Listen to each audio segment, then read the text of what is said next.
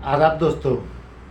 आज का वीडियो कल के अशरफपुर के चौचा के घटनाक्रम के ऊपर है, लेकिन इसमें उस घटना के बैकग्राउंड के बारे में जानकारी दी जाएगी और जो दलाल पत्रकार हैं उन लोगों को किस तरह से कैसे मिर्ची लगी उसके बारे में जानकारी दी जाएगी। बहुत अच्छा वीडियो है, पूरा देखिएगा, बहुत सही जानकारी मिलेगी और मज़ा भी आएगी। तो हुआ ये कि गुरुवार को ईओ साहब गए थे जिला अधिकारी के पास मिलने। वो बहुत परेशान थे क्योंकि ये नगर पंचायत अध्यक्ष ज़बरदस्ती कहता था कि जो सफाई कर्मी हड़ताल पे थे उनका भी वेतन निकालो। ईओ महोदय कहते थे जितने दिन उन्होंने काम किया उतने दिन का वेतन रहेगा, हड़ताल वाले दिन काम नहीं देंगे। तो इस चीज़ को लेके बहुत झगड़ा हो रही थी। 2 फरवरी को उसने नगर पंचायत अध्यक्ष ने एक आदेश भी किया था कि उनका वेतन दिया जाए। वो नहीं मान रहे थे तो डीएम साहब से मिलने गए। तो डीएम साहब ने कहा कि एक पुरानी शिकायत थी, उसकी जांच के क्रम में मैंने आदेश कर दिया है, उस कंपनी को ब्लैकलिस्ट कर देंगे और उसका टेंडर निरस्त कर देते हैं। और ये आदेश है और आप ले जाइए, एक नया आदेश बना के उस पर कार्रवाई कर दीजिए। ये साहब बोले हमसे मत करवाइए, वहाँ पे बहुत बुरी हाल है, आप नहीं समझते हम किस तरह वहाँ आते जाते हैं। डीएम साहब ने आश्वासन दिया कि आप जाइए, कुछ नहीं होगा, हम हैं। खैर वो आए बेचारे, उन्होंने कार्यालय आदेश बनाया और प्रेस विज्ञप्ति बनाई और वो जिला सूचना अधिकारी को प्रेस विज्ञप्ति दे दी और कार्यालय आदेश से निरस्त करने का जिनको जिनको देना हो, प्रतिलिपि जो देना हो वो सब जारी कर दिए। वो जुमा के दिन जब वो कार्यालय आए तो उनके आने से पहले नगर पंचायत अध्यक्ष ने कुछ दलाल पत्रकारों को पहले ही बुला लिया था। उसकी फील्डिंग थी कि आज इनको बेइज्जत करेंगे और उसका वीडियो बनाएंगे, फिर सोशल मीडिया पे डलवाएंगे और लोगों से छपवाएंगे। तो उसके 4-5 दलाल हैं, वो उनको फिट किए रहता है। तो बेचारे सवेरे ही पहुंच गए, अपना कैमरा मोबाइल लेके तैयारी में थे कि ईओ आवे। ईओ सब गए, अपना सीधे अपने कार्यालय में चले गए। तो अध्यक्ष ने उनको अपने कार्यालय में बुलाया। तो अध्यक्ष को ये घमंड है कि वो अध्यक्ष है, वो सबसे ऊपर है, सबसे बड़ा है और ईओ उसके नीचे, ईओ के खिलाफ वो कार्रवाई कर सकता है। सबसे बड़ी बात तो इसको बताया किसने ये चीज़ कि वो सबसे बड़ा है। अध्यक्ष और ईओ में ये लिंक है कि अध्यक्ष कोई भी हो सकता है, प्रजातंत्र है, पढ़ा लिखा अनपढ़ गंवार महिला दलित ऊंचा नीचा कोई भी अध्यक्ष हो सकता है। उसको कानून की जानकारी होना ज़रूरी नहीं है। उसके लिए सरकार की योजनाएं और सरकार के नियम कायदा कानून बताने के लिए एक सेक्रेटरी दिया जाता है जिसको अधिशासी अधिकारी कहते हैं। ग्राम पंचायतों में सचिव कहा जाता है, मंत्रियों लोग को भी दिया जाता है, मंत्री भी कोई ज़रूरी नहीं जानकार हो, उसको भी सेक्रेटरी दिया जाता है।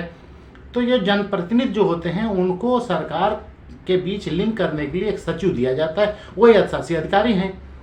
बाकी ना वो अध्यक्ष का नौकर है, ना अध्यक्ष से छोटा है, ना बड़ा है।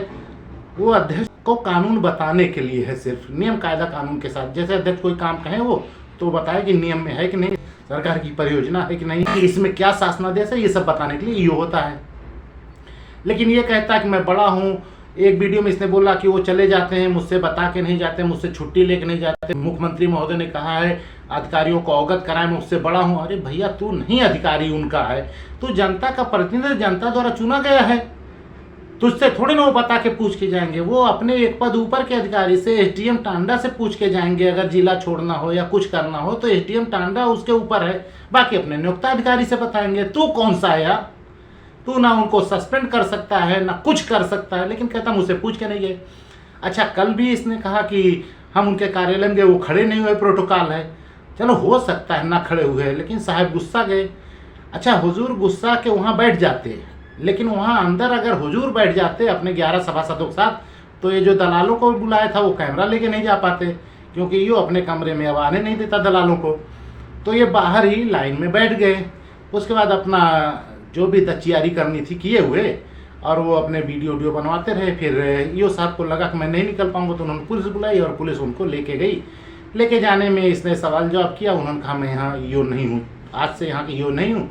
इसने उसी बात पे जाने दिया। उसके बाद छक्कों की तरह ताली बजाने लगा, खुश। हालांकि उसकी खुशी से कुछ फायदा नहीं। ईओ ने कह दिया मैं नहीं हूँ, तो जान बचा के गए अपनी। तेरे सामने वो बयान देने से कोई सरकार के सामने थोड़ी ना हो गया बयान दिया और वो आज के बाद वो नौकरी निकल जाएगी। खैर ठीक है। उसके बाद इसका प्रोपेगेंडा चालू हुआ। जो ये दलालों को बुलाया था, दलालों ने पूरा वीडियो बना लिया। उसके बाद इंटरव्यू देने लगा अपने हिसाब से बना के। लेकिन ये वीडियो वायरल हो गया इसमें कि ईओ को ये लोग घेरे हुए थे, 3 पुलिस वाले थे। बाद में ईओ से इसने कहा सुनी कि ईओ से पूछा कि आप खाली इतना बताइए कि आप नगर पंचायत के ईओ हैं कि नहीं, आप हमारे ईओ हैं नहीं। उन्होंने कहा नहीं, तो बस ये इतना वीडियो वायरल हो गया। इसके बाद लोगों ने जानकारी ली, पता चला इसने हाईजैक किया। ये साफ साबित होता है कि दरवाजे के सामने 11 सभासद के साथ ये बैठ गया था, यानी वो हाईजैक थे, ये साहब अंदर बंद थे। और दिखने में भी आया कि पुलिस आई तो उनको बाहर निकाली, फिर भी ये जाने नहीं दे रहा था, घेरे हुए था। पोर्टल पे खबर चल गई, वीडियो के साथ चल गई और बहुत लोगों ने बहुत तरह से चला दी। सब एक ही पक्ष चला, ईओ साहब के फेवर में ये खबर चली, बंधक बना लिया, ईओ हाईजैक कर लिया और इसने अपनी शर्त मनवाई और वहाँ धरना दे रहा था। जो भी है, दिक्कत क्या हुई, जो चाटुकार दलाल पत्रकार थे, जो बेचारे वीडियो बनाए थे, अब उसको ले जाते घर पे, उसको एडिट फेडिट करते, टाइम में लगता, फिर डालते अपने हिसाब से मिर्च मसाला लगा के। लेकिन वो अपना वीडियो और इंटरव्यू डालने इससे पहले खबर चल गई और वायरल, हर आदमी पोर्टल पर से लेके या व्हाट्सएप ग्रुप से लेके इधर उधर पूछने लगा। जो दलाल पत्रकार वहाँ गए थे अपने हिसाब से खबर चलाने, वो बोले अब तो हमारा पूरी मेहनत ही बेकार हो गई। हमने जो दिन भर यहाँ बैठ के कैमराबाजी की और फोटो वोटो बनाया और सोचे थे ये खबर बनाएंगे, अब क्या कहें। तो कुछ तो बेचारे मन दुखी हुए, कुछ लोगों ने व्हाट्सएप ग्रुप पे दिए गए मैसेज और खबर पे कमेंटबाजी कर दी, कुछ लोग फ़ोन करके बदतमीज़ी करने लगे। उसमें एक है, अपने आप को पत्रकार कहता है, वो तो एक पत्रकार से कहने लगा कि हम उसमें के नहीं, जो शिकायतें जहाँ मिलोगे तो बताएंगे फलाना ढिमका। मतलब ऐसे जो नीच टाइप के लोग हैं वो ऐसे हवा में बात करते रहते हैं, सामने आने पर कोई नहीं शकल दिखाता। लेकिन भाई अब वो दलाली है और उस दिन 100-500 रुपया पाया रहा होगा और खबर नहीं चला पा रहा है।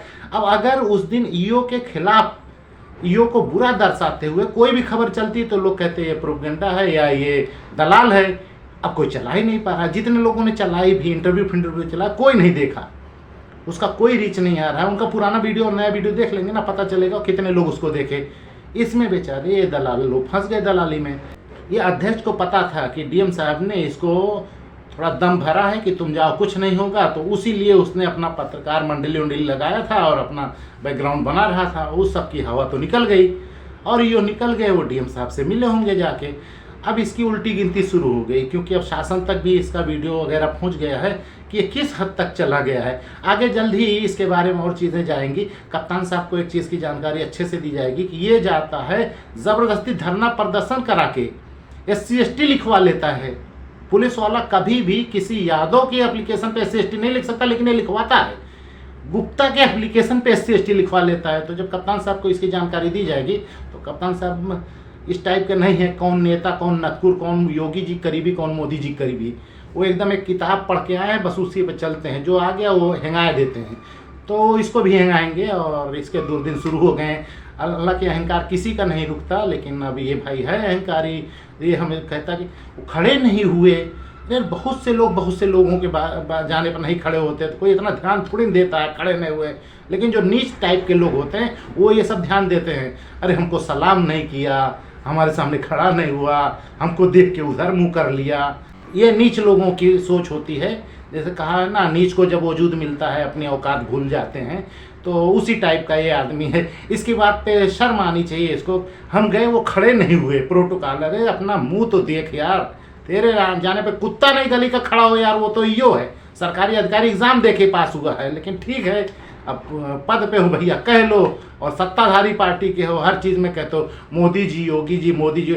मोदी जी, योगी जी ने कब कहा तुझसे नौटंकी करने के लिए यार? जब कुछ कहता है मोदी जी, एक तो ये भगवा कपड़ा पहने रहता है, भगवा मूछा लगाया रहता है, और योगी जी इस पर ध्यान ही नहीं देते कि नेता भगवा कैसे पहन लेता है। उनको कोई ये नियम निकालना चाहिए कि झूठ झाट बोलने वाला भी भगवा नहीं पहन सकता। वो एक सम्मानित रंग है, कुछ लोगों के लिए आरक्षित है, उसको धारण करने से पहले उस लायक बनना पड़ता है। यहाँ जितने चोर चकार हैं सब भगवा पहन लेते हैं, पता नहीं चलता कौन साधु, कौन महंत, कौन योगी और कौन चोर है।